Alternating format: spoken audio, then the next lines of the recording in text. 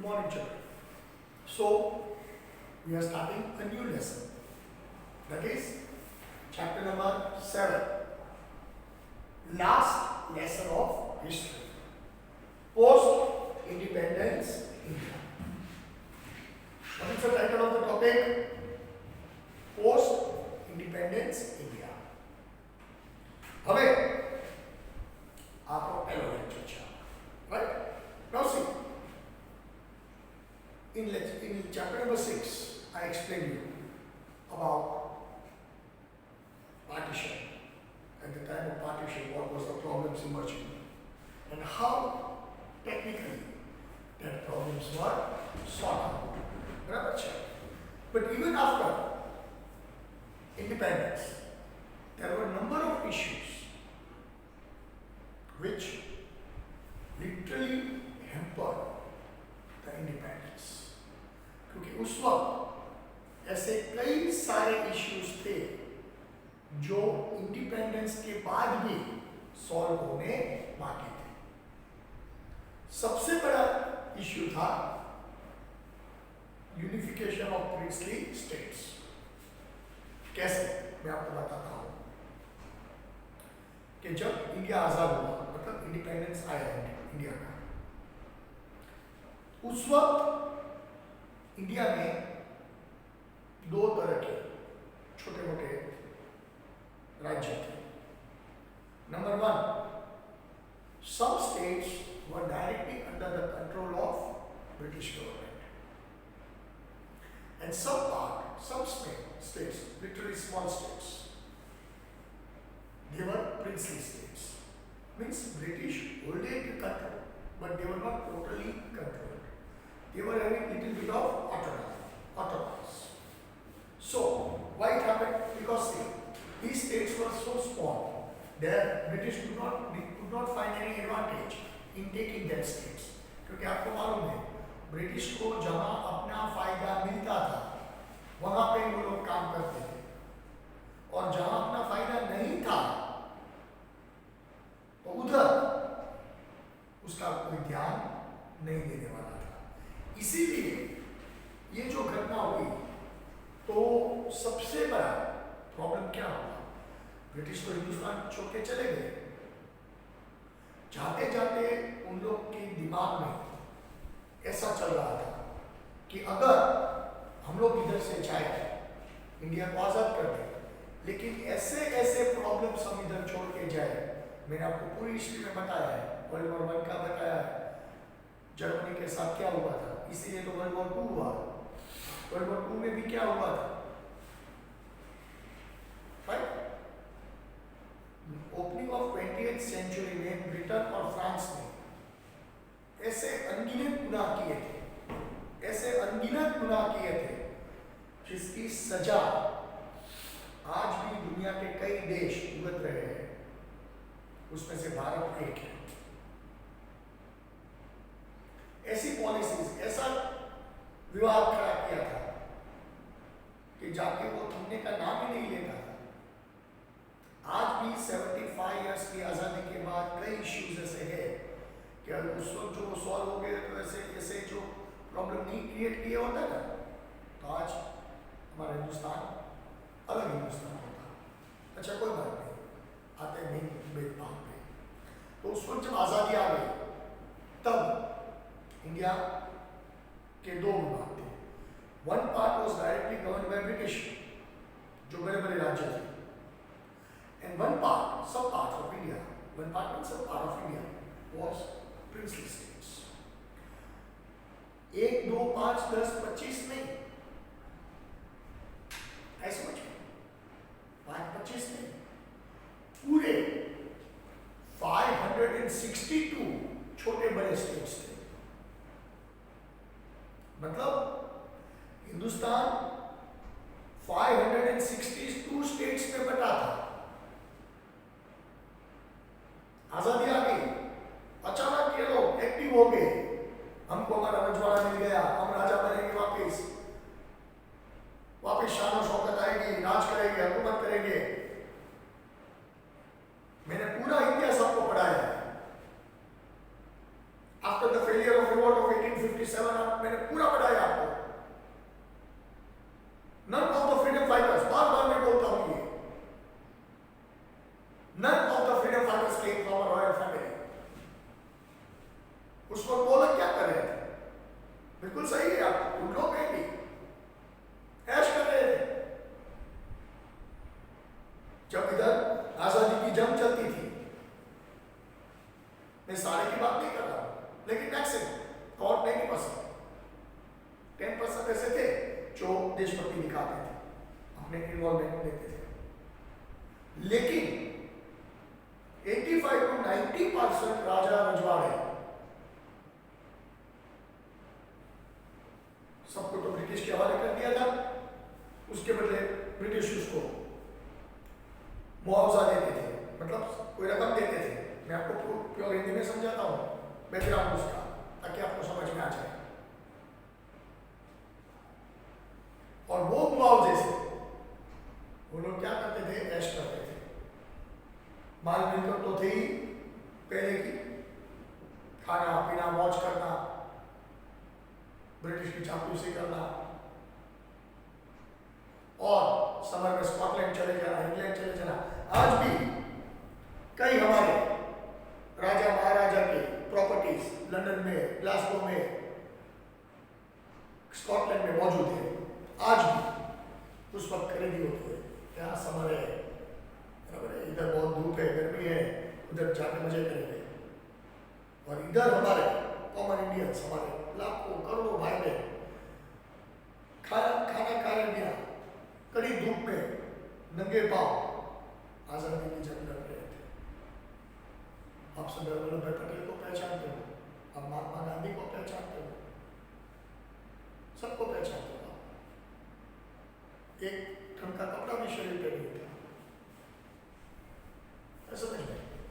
ये लोग, ये जो टोली है, वो वापस एक्टिव हो गई कि चलो हिंदुस्तान आजाद हो गया, हमारे रजवाड़े छोटे बड़े हमको वापस मिलेंगे, वापस हम राजा बनेंगे, हुकूमत करेंगे, खाएंगे पिएंगे मौज करेंगे। उस वक्त हमारे पास फार साइटेड लीडर थे वल्लभ भाई पटेल। अगर वो ये नहीं होते ना, तो आज हमारा हिंदुस्तान का मैप जो पढ़ रहे पूरा इंडिया, इसको बोलते हैं मध्य प्रदेश, इसको बोलते हैं गुजरात, इसको बोलते हैं पंजाब, इसको बोलते हैं तमिलनाडु, जो मैप बता रहे हैं, वो पूरे इंडिया का मैप 562 स्टेट्स में बटा हुआ होता। एक बात आप सोच लो, अगर ये नहीं हुआ था, प्रिंसली स्टेट्स में हिंदुस्तान बन गया होता, तो उस वक्त तो शिवहर भी स्टेट था, भावनगर भी स्टेट था। मैं दूसरों की बात नहीं कर रहा हूं, अपनी ही बात कर रहा हूं। शिवहर भी स्टेट था, भावनगर भी स्टेट था। तो आप सोच लो, अगर आपको भावनगर से शिवहर जाने का होता तो भी आपको परमिशन लेनी पड़ती। क्यों? अलग अलग राज्य है। शायद शिवहर की करेंसी भी अलग होती, हमारी करेंसी भी अलग होती। कितनी दिक्कतें आती, और वापिस अंदर लड़ाई झगड़ा खत्म कर देते सबको, डार्क एज में चले जाते। लेकिन ये नहीं हुआ। क्यों नहीं हुआ? Because we had a far sighted leader called Vallabhbhai Patel. सरदार उसे बोलते हैं। क्यों सरदार बोलते हैं? ऐसा नहीं बोलते। उसको टाइटल मिला था बारडोली सत्याग्रह के बाद सरदार। उसने हकीकत में सरदार होके दिखाया। अनफॉर्चुनेटली इंडियन हिस्ट्री में उस वक्त वो साइडवेज हो गए थे। Let us not discuss that bloody politics. क्यों साइडवेज हो गए थे सबको मालूम है। और आज सरदार की कितनी बोलबाला है सबको मालूम है। दुनिया का सबसे ऊंचा स्टैच्यू सरदार वल्लभ भाई पटेल का, स्टैच्यू ऑफ यूनिटी। शायद आपने भी देखा होगा। तो ये बात हुई। तो वल्लभ भाई पटेल ने सोचा कि अगर हिंदुस्तान बढ़ जाएगा तो आजादी का कोई मतलब ही नहीं है। Where is independent India? Independent India will be fragmented into 562 pieces. कहां से हिंदुस्तान आएगा? So he started a movement, एक मुहिम चलाई कि भाई कई राजा महाराजाओं ऐसे सबको मिले कि भाई अभी इंडिपेंडेंट राजा महाराजा को कोई जमाना नहीं है, there is no existence of monarchy, क्योंकि सारी दुनिया में डेमोक्रेसी आ गई है। तो आप हमारा जो अखंड भारत बनाने का सपना है, एक अखंड हिंदुस्तान बनाने का सपना है, उसमें आप अपना राज दान करो, अपना किंगडम दान करो, अपना एम्पायर दान करो। वो मुहिम चला उससे कई सारे मान गए, लेकिन कई ऐसे स्टबर्न थे जो नहीं माने थे। लेकिन सरदार वल्लभ भाई पटेल को सब कुछ आता था, उसके पास प्योर राजनीति थी, साम दाम दंड भेद सब कुछ अपना के, जो आज हम अखंड भारत का मैप पढ़ रहे हैं, देख रहे हैं, हिंदुस्तान का मैप, वो मैप उसने बनाया, उसकी बदौलत बनाया। अगर ये इंसान नहीं होता तो शायद हम अखंड भारत का स्वप्न कभी नहीं देख सकते। अखंड भारत तो बनाया, लेकिन एक प्रॉब्लम जो कश्मीर का रह गया वो भी 2 साल पहले सॉल्व कर दिया।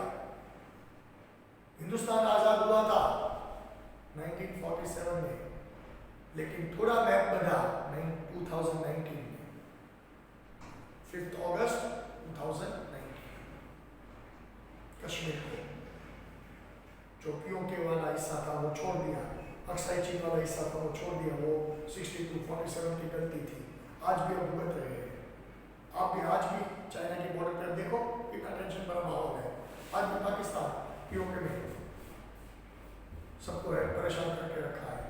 कई सारी मूवीज आपने देखी है, लेटेस्ट वो वेब सीरीज है अवरोध, पूरी फिल्म देखी, मुजफ्फरनगर का इश्यू देखा, सारा टेलीग्राम को उधर ही बने। तो ये मैं अपनी बात पे आता हूँ। तो एक के बाद एक राजा महाराजा को समझाने का प्रण दिया, शुरू किया। मैक्सिमम मान गए थे कि सरदार साहब आपकी बात सही है, क्योंकि सरदार वल्लभ भाई पटेल ने एक ही बात रखी थी, आप हमारा राज रजवाड़ा को दे, बाकी आपकी जो एसेट्स है, आपकी जो मिलकत है, आपकी जो कमाई है, पुश्ते भी कमाई है, 300 400 साल से आपने संकट आ गए, अपना माल मिलकत जवेरात सोना और कुछ भी है वो सब आपका, उस पर टैक्स भी नहीं लगेगा, लेकिन आपका जो राज है वो एक अखंड भारत का राज बनेगा। Now there is no place of any kingdoms in independent India. और बच्चे लोग आपको मालूम ही है, ये मुहिम में सबसे आगे पहले आने वाले जो राजा थे वो हमारे भावनगर के थे। We are proud of our king Shri Krishna Kumar Singh ji. He was the first king of Bhavnagar. He was the first king to give Bhavnagar to independent India. And as a part of reward, he was made governor of Madras up to his death. वो मद्रास के governor बने, जिंदगी के अंतिम क्षण तक इतनी इज्जत उसने कमाई थी, इतना ऑनर मान सम्मान उसने कमाया था। आज भी आप ढूंढ लो, आज भी आप भावनगर का इतिहास पढ़ो,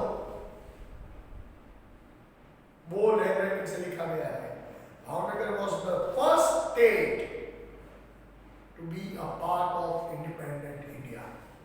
उसके बाद सारे राजा महाराजा है, लेकिन जब तक हिंदुस्तान रहेगा, जब तक ये बात रहेगी, तब तक भावनगर का नाम रहेगा। Understood? That was the far-sighted leader, and that is why still, even after the demise of Krishna Kumar Singh ji, we still honor and respect him. We saw all the talks before 75 years. You can ask your grandfather, your grandmother, because at that time possibly they may be the age of your people. अब आपके दादा को घर पे पूछो उस वक्त क्या हुआ था, शायद आपकी उम्र के वो तो उस वक्त हो गए। उसको मालूम होगा कि भावनगर का हिंदुस्तान में बोलबाला बन गया था। Bhavnagar became the epic example of sacrifice. Its whole kingdom. Sri Krishna Kumar Sriji became the epic example. He was the first person to sacrifice his kingdom for the cause of motherland. ये बात हुई। हमारा पहला topic है problems of independence. दो problems थे, unification of states, और उसको बहुत बखूबी सरदार वल्लभ भाई पटेल ने निभाया, और एक के बाद एक को जोड़ के पूरे अखंड भारत का मैप तैयार किया। लेकिन दो तीन प्रॉब्लम्स रह गए थे, मैं आपको वो समझाऊंगा। उसमें से दो सॉल्व हो गए थे, एक बचा था, वो आज भी है, राइट। तो let us start with our topic.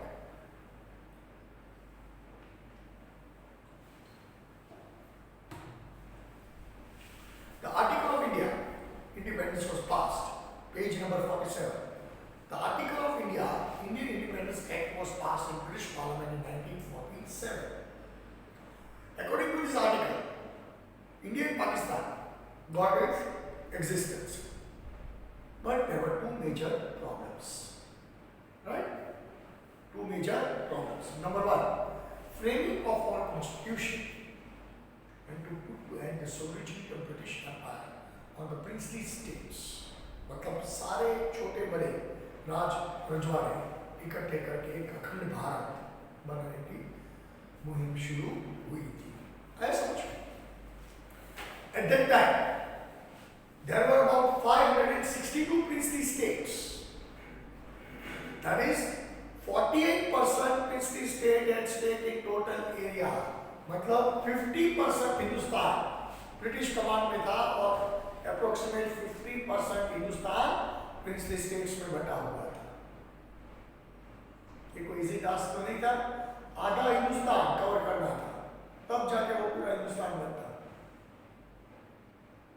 Right? 20% of India's population resided in these princely states. Right? Kashmir, Hyderabad, and Mysore were big states. Other were comparatively small. Right? There were states which were too small and one is in form of villages. छोटे मोटे कई राजा रजवाड़े महाराजा थे, छोटे छोटे। अभी मैंने बोला ना, शिवोर भी स्टेट था, भावनगर भी स्टेट था। अगर ये बात नहीं होती तो हमको शिवोर जाने की परमिशन लेनी पड़ती, क्योंकि अलग राज्य है। Right? This was a mammoth task. Mammoth मतलब almost impossible task to conceive these kings and nawabs. Moreover, it was to be done very speedily. और सरदार यूपी में जब बच्चों लोग आप स्कूल में आओगे तो मैं आपको बताऊंगा कैसे सरदार वल्लभ भाई पटेल ने एक के बाद एक छोटे बड़े राजा महाराजा को कन्विंस किया, और आज जो भारत बोलते हैं अखंड भारत, जो मैप पढ़ते हैं हिस्ट्री में, ज्योग्राफी में, उसका निर्माण किया था। राइट? उसका निर्माण किया था। इसीलिए तो उसको आयरन मैन ऑफ इंडिया बोलते हैं। इसीलिए तो आज इसकी इज्जत है।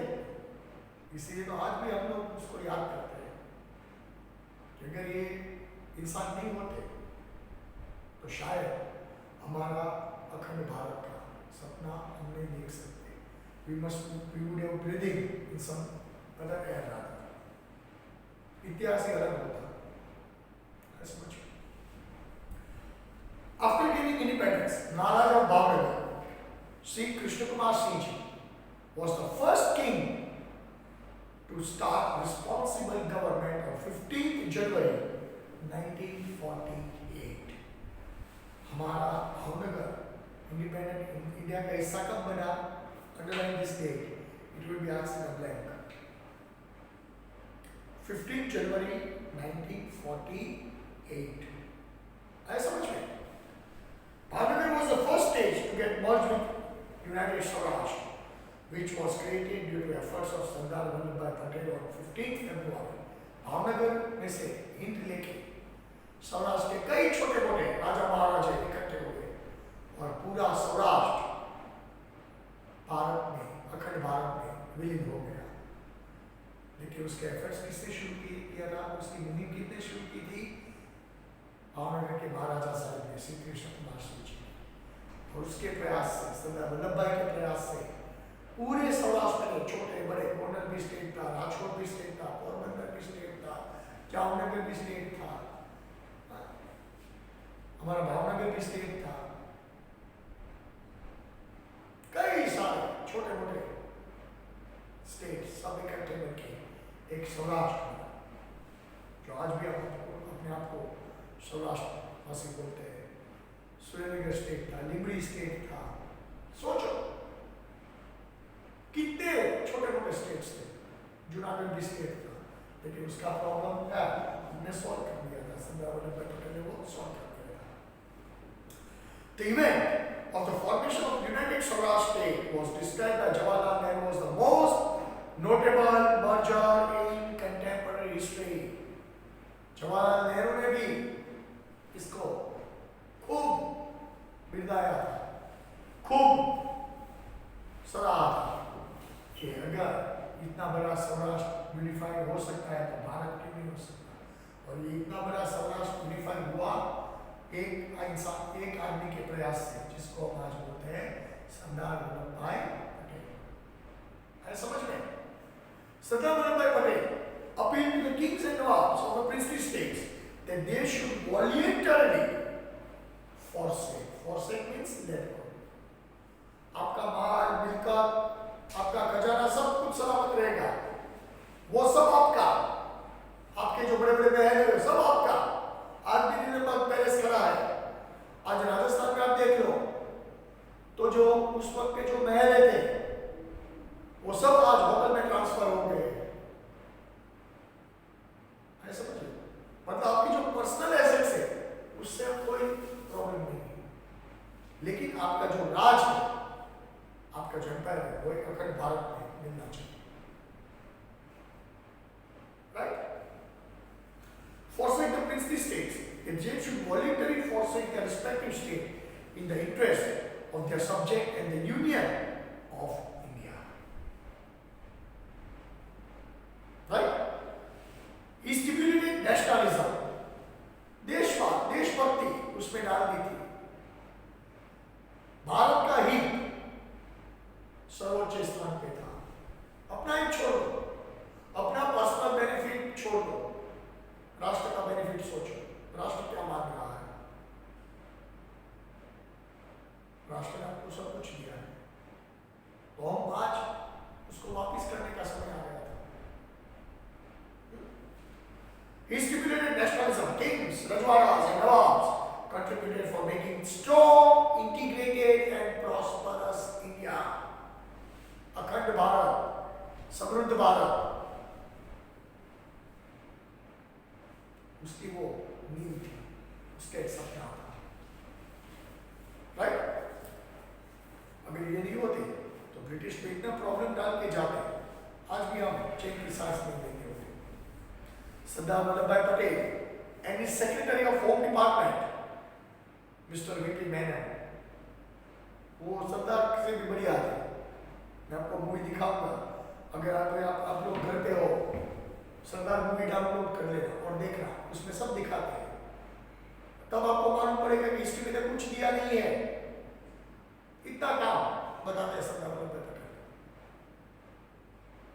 भाई पटेल।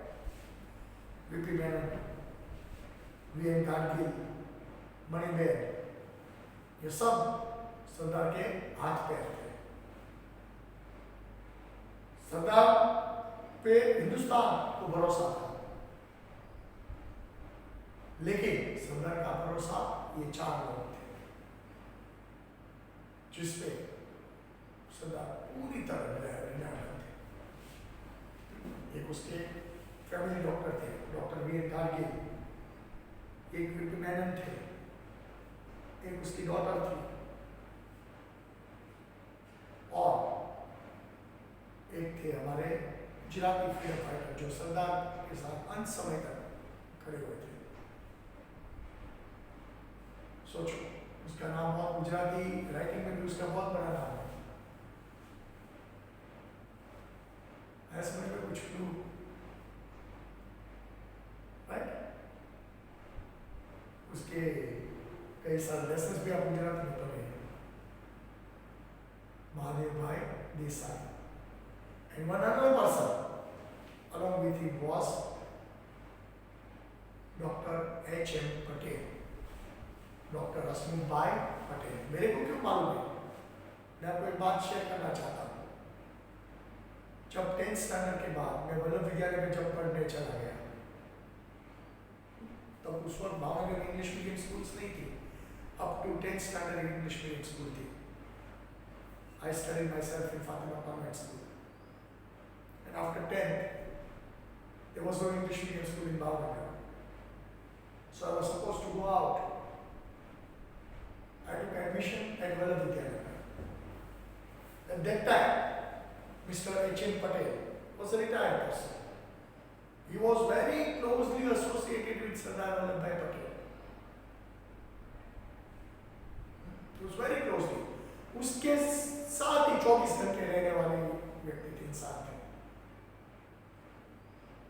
जब वल्लभ विद्यानगर की स्थापना हुई, सरदार वल्लभ भाई पटेल एक एजुकेशन इंस्टीट्यूट बनाया था। जब वो 75th बर्थडे अपना सेलिब्रेट करने के लिए गुजरात आए थे, अमूल की स्थापना हुई खेड़ा में, आनंद जी से बोलते हैं, और एक एजुकेशन इंस्टीट्यूट की स्थापना हुई जिसकी जिम्मेदारी डॉक्टर रसूल भाई पटेल को सौंप दी थी, राइट? Doctor H.M. पटेल आगे जाके वो हमारे RBI के गवर्नर भी बने। He was very intelligent person। अगर आप 1960s 70s की आप नोट देखोगे, करेंसी नोट, उसमें गवर्नर, करेंसी नोट में गवर्नर की साइन आती है। उस वक्त की 100 के नोट आप देखना, वो स्ट्रिप वाली आती थी, बीच में व्हाइट पैच था। वो नोट आप ढूंढना, उसमें साइन आपको मिलेगी, गवर्नर की साइन में H.M. पटेल लिखा हुआ। Then we used to get interaction with this person. We used to follow when we got holidays. Some seminars and lectures were arranged time to time in Vallabh Vidyanagar, where I used to study there. तो ये सारी बातें हमको उधर बताई जाती थी। वो इंसान के मुंह से जो 24 घंटे अपनी युवावस्था में सरदार वल्लभ भाई पटेल के साथ ही रहते थे। कई सारे, ये तो बेटा हमारा वीडियो लेक्चर है, आप स्कूल में आओगे मैं आपको डिटेल में बताऊंगा। बहुत सारी बातें जो में कहीं भी नहीं है। ये सारी बातें विद्यानगर 5 साल का सारी बातें सुनी है। उस वक्त ऐसा लगता था, आई एम टॉकिंग अबाउट 88, 89, 1991 की साल की बात कर रहा हूँ मैं, राइट? उस वक्त H.M. पटेल साहब की उम्र शायद 75 प्लस थी। कुछ लोग को बातें करते थे, ऐसा हुआ था, ऐसा था, ऐसा था, ऐसा था। हम लोग बहुत ध्यान से सुनते थे। जैसे ऐसे ही उनको समझा, जैसे मैं आपको भी पूरा समझाता हूँ, वैसे हमको ये समझाते थे तो पूरा पिक्चर आंख बंद करके सामने दिखाई देता था, ऐसा होगा, ऐसा होगा, ऐसा होगा। और हमारे भावनगर के महाराजा साहब जब महात्मा गांधी को मिलने रात को 11 बजे गए थे, गांधी जी उसके लिए सोए नहीं थे। पता गांधी जी का रूल था कि वो कुछ भी हो जाए और 9 बजे सो ही जाते थे, लेकिन उस वक्त वो जाग रहे थे। गांधी जी ने अपनी जिंदगी में किसी का इंतजार नहीं किया, हमारी हिस्ट्री में लिखा है। लेकिन जब महाराजा साहब हमारे भावनगर के दिल्ली गए जब बात करने, तो उसको रिसीव करने के लिए, उसके लिए बात करने के लिए गांधी जी उस दिन अपना प्रण तोड़ के बैठे थे, झाँकते थे। और महाराजा साहब से बात हुई, बात जब खत्म हुई तब उसको गेट तक छोड़ने भी गए थे। इतने हमारे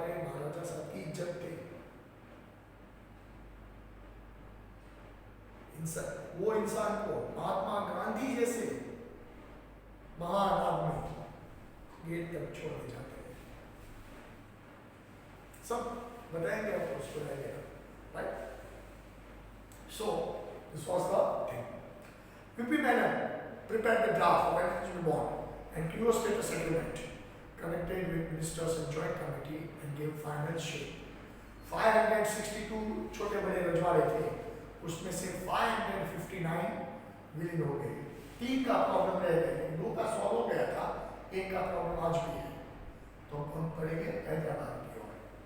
हैदराबाद का निजाम जो था वो थोड़ा रियल था, उसको इंडिया में मर्ज नहीं होना था। उसका लॉन्ग टर्म प्लान था कि अब हम बोलेंगे कि हमको इंडिया से आइडियोलॉजिकल डिफरेंस है, हम इंडिया में नहीं जाने वाले, हमको इंडिया के साथ नहीं जाना, हम इंडिपेंडेंट रहना चाहते हैं, क्योंकि मुस्लिम रूल था। निजाम की लॉन्ग टर्म प्लानिंग क्या थी, ये सब मामला थोड़ा संभल जाए, मतलब थोड़ा ठंडा हो जाए, तब आहिस्ता जाके वो कश्मीर पाकिस्तान को मदद करेगा। 2 पाकिस्तान तो बन नहीं चुके थे, ईस्ट पाकिस्तान जिसको आज हम बांग्लादेश बोल रहे थे, वेस्ट पाकिस्तान जो अभी खड़ा है, उसको साउथ पाकिस्तान बनाना था। उसके मन की ये मंशा थी कि नहीं, हम इंडिया का भाग नहीं हो सकते, geographically we can not join with Pakistan, so I will remain independent. उस long term planning south Pakistan का था, और सरदार पटेल बखूबी ये बात समझ चुके थे कि निजाम की नीयत सही नहीं है। कई बात हुई, नेगोशिएशन हुआ, लेकिन निजाम ने माना,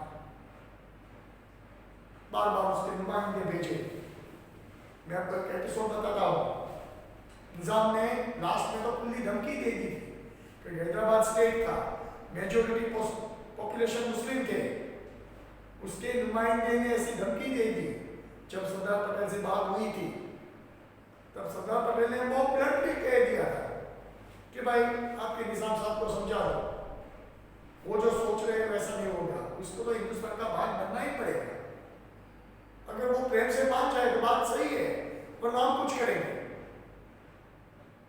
तब जाके उसका नुमाइंदा इतना गुस्सा हो गया, वो बोला कि हमको धमकी मत दो, सरदार साहब ये मत बोलो कि हमारे हैदराबाद की फौज भी कुछ कम नहीं है, कबाली जैसी फौज थी, और हैदराबाद पाकिस्तान की फौज को वो कबाली बोलते थे, और हैदराबाद की फौज जो थी, जो लूटपाट मचाने वाली थी, तहलका मचाने वाली फौज थी, उसको बोलते रज़ाकार। उसका जो सरदार था रज़ाकार, बहुत तबाही मचा रखी थी हैदराबाद में। Untold atrocities on Hindus, untold atrocities, लूटपाट, न जाने क्या क्या बात की, आप समझते हो, राइट? फिर जाके सरदार पटेल ने इंडियन आर्मी को छूट दी, हैदराबाद को चारों तरफ से घेर दिया, और ये जो रज़ाकार की फौज थी 2-3 दिन में खत्म कर दिया। और जो निजाम उछल के कह रहा था हम हिंदुस्तान को जवाब देंगे, हम लड़ेंगे, हम किसी को नहीं छोड़ेंगे, उसको भागना पड़ा। ऐसी बुरी तरह वो भागा कि आज भी ऑस्ट्रेलिया में उसकी पीढ़ियां पढ़ रही है, उसकी पीढ़ियां भी ऑस्ट्रेलिया में पढ़ रही है। हिंदुस्तान से भाग गया था, ऐसा कुछ नहीं। Hyderabad became the part of India, right? So let us see. Nizam of Hyderabad, with its states from southern part of India, declared its independence on August 15. As per the geographical location, it was bound to join India, but the fact was brought to their notice that it won't be able to remain independent state as it is surrounded by Indian territory. मैंने सबको आपको बता दिया, निजाम ने कई साल नखरे किए थे। The Nizam clarified the matter by saying that in case the country is divided, they are owing to geographical reason they would not join Pakistan and they would not be able to join India because of ideological difference. हम हिंदुस्तान का भाग नहीं बनेंगे, हमको नहीं पढ़ने का भाग, हिंदुस्तान में नहीं जाने। Sardar Patel bluntly stated to the negotiator, मैंने आपको बताया ना, जो निजाम का चमचा बन के आया था, bluntly बोल दिया था, बोल दो अपने निजाम साहब को, वो जो सोचते हैं वो गलत है, ऐसा कुछ नहीं होगा, हम जो कहते हैं वही होगा। इतनी गट्स थी वल्लभ भाई पटेल में। उस वक्त के कोई भी पॉलिटिशियन तो नहीं बोलते, फ्रीडम फाइटर बोलते, सॉरी, किसी में इतनी गट्स नहीं थी। But Hyderabad was eager to merge with Indian Union. Meanwhile, Nizam officers started committing atrocities on the people of Hyderabad. Razak Raj jo bolte hain, untold atrocities, लूटपाट, तबाही मचा रखी थी। Ultimately, Hyderabad was merged with Indian Union by using police force. Police force treatment ने दिया है, वो police force ने आर्मी एक्शन था। इंडियन आर्मी ने 4 ओर से घेर लिया हैदराबाद को। On 18 September 1948, Sardar Vallabhbhai Patel assured Nizam to protect all the interests. वो भागा था, वो भी सब कुछ किया था उसने, जो प्रॉमिस किया था। Kanhaiya Munshi played a very crucial role in the entire episode. जो हमारे फ्रीडम फाइटर थे, एक हमारे गुजराती राइटर है कन्हैया मुंशी, बहुत बड़े फ्रीडम फाइटर थे। और ऐसे हैदराबाद उसके हमारे चुनागढ़ का भी थोड़ा इश्यू है, चुनागढ़ को भी पाकिस्तान का हिस्सा होना था, लेकिन ये मंशा भी उसकी काम नहीं आई। Junagadh was not treated in Indian, that is our GR. On the day of independence, the Nawab of Junagadh wrote an instrument of accession to join Pakistan. Pakistan in gave turn, Pakistan को बोला कि हमको आपके साथ आना है। पाकिस्तान ने बोला भाई वेलकम, आ जाओ, कैसे हो सकता है, पूरी और गुजरात सब राष्ट्रों के बीच में पाकिस्तान, सेंट्रल पाकिस्तान बनाना चाहते हैं, कितने पाकिस्तान बनाओगे, ईस्ट बना, वेस्ट बना, साउथ बनाना था, एक आपको सेंट्रल पाकिस्तान बनाना, ठीक है, डब्बे डब्बे में पाकिस्तान बनाना चाहते थे। Sardar Patel decided to take counter measures against this, उसको भी ब्लंटली मना कर दिया, भैया ये अपना काम अगले जन्म में पूरा करना पाकिस्तान में। अभी जूनागढ़ हिंदुस्तान का हिस्सा है और हिंदुस्तान का हिस्सा रहेगा, क्योंकि ज्यादा पॉपुलेशन हिंदू की थी। अर्ज़े हुकूमत हुई, पब्लिक वोटिंग हुआ और 95% से ज्यादा लोग ने स्वीकारा कि हमको इंडिया में रहना है। और जूनागढ़ की मुहिम उस वक्त मुंबई में चली थी, तो उस वक्त महाराष्ट्र गुजरात अलग नहीं थे, सब इकट्ठे थे, गुजरात और Maharashtra, right. People of Junagadh living in Mumbai established Arzi Hukumat in Mumbai. During this time, Sheikh of Mangalore and Manavadar declared to join their wish with India, and so Indian Navy was positioned to protect Manavadar and Mangalore, besieged Junagadh. Junagadh पे भी Indian Army का action हुआ, navy का action हुआ, नवाब को surrender करना पड़ा, जुनागढ़ हमारे यूनियन में आ गया by force. The Nawab of Junagadh fled away to Pakistan, भाग गया वो पाकिस्तान कच्छ के रास्ते से अपने नीबलोचों के साथ, और जुनागढ़ हमारा हिस्सा हो गया। Thus, on 9th November 1947, a referendum of people of Junagadh was taken, जनमत, मुंबई में जनमत लिया गया था। सबने बोला कि हमको हिंदुस्तान का हिस्सा चाहिए, हमको हिंदुस्तान का भाग बनना है। Thus, Junagadh merger with the Union of India was made possible due to Sardar Patel guts. एक ही इंसान ने, मैं बार-बार बोला ना, एक ही इंसान में गट्स थे, बाकी किसी का काम नहीं था। जूनागढ़ भी हमारा हिस्सा बन गया। अभी कश्मीर का इश्यू तो है ही पहले से, वो राजा जयसिंह ने माना था। The king of Kashmir, the issue of Kashmir is most complicated of all. राजा हरि सिंह, राजा हिंदू था, पॉपुलेशन मुस्लिम थी, उसको इंडिया में आना था, पॉपुलेशन को पाकिस्तान में जाना था, वो कैसे माना हुआ है। One indecisive. Meanwhile, Pakistan attacked Kashmir. Raja Hari Singh requested the military assistance to protect Jammu Kashmir against Pakistani attack. The government of India insisted Raja Hari Singh should first sign the cession instrument of accession. हमारे पास मदद मांगी, हमने मदद के लिए बोला कि भाई आप हम मदद करेंगे, लेकिन अगर आप हमारा हिस्सा हो तो हम कहीं का आपकी मदद करें, आप इंडिपेंडेंट हो, आप लड़ो, कहीं को अपने आप अपने सोल्जर्स को बलिदान कर दे, जो हमारा हिस्सा क्या श्रीनगर एयरपोर्ट पे सरेंडर किया, हिंदुस्तान का हिस्सा बना, तब क्या उसी वक्त थोड़े कश्मीर के हिस्से में वो बात चली गई थी पाकिस्तान के साथ, और वो आज भी प्रॉब्लम रह गया, बहुत बिग प्रॉब्लम है। अगर शाम को मैं आपको समझाऊं तो भी लेक्चर खत्म नहीं होगा, आप स्कूल में मेरे को याद करवाना, मैं ये टॉपिक जरूर आपको समझाऊंगा, because I am running short of time, limited space. ये बहुत लंबा टॉपिक, मैं आपको एक एक वर्ड समझाऊंगा, जूनागढ़ का भी समझाऊंगा, मैंने शॉर्ट में ये भी क्योंकि लेक्चर की मर्यादा है, कश्मीर का भी मैंने शॉर्ट में पढ़ा है, आपको सिर्फ लिख दिया, लेकिन आई प्रॉमिस यू स्कूल में लेसन जब आओगे तो मैं डिटेल में आपको समझाऊंगा, भले चाहे 3-4 पीरियड लगे, राइट, मैं आपको समझाऊंगा, that is my promise to you. The government, yes, on the side of instrument of Kashmir, immediately after signing the letter, the Indian Army protected Kashmir, but Pakistan has already occupied 1/3 of Kashmir by that time. 47,000 square kilometre का हिस्सा उसने conquer कर लिया था पाकिस्तान में, और वो आज दुनिया के लिए संकट साबित होता है, right. The Security Council suggested for the ceasefire.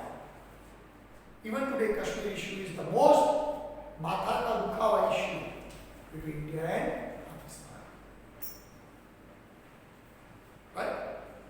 In this way, till the end of 1948, political unity of India was established.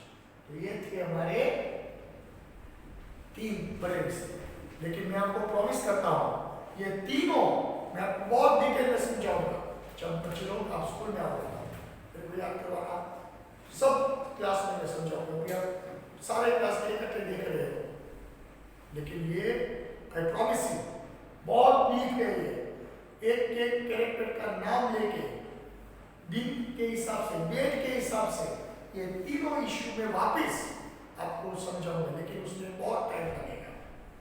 And as I told you, I am running short of time, shouting in front of this video lectures, right? It is helpless, क्योंकि समय की मर्यादा बंदी है 45 minute 50 minute, वरना ये issue इतने deep है रात को 8 बजे तक भी मेरा लेक्चर नहीं खत्म होगा, लेकिन मैं आपको समझाऊंगा जब ऐसा समझ। So it's the time to take your homework children, take your homework now.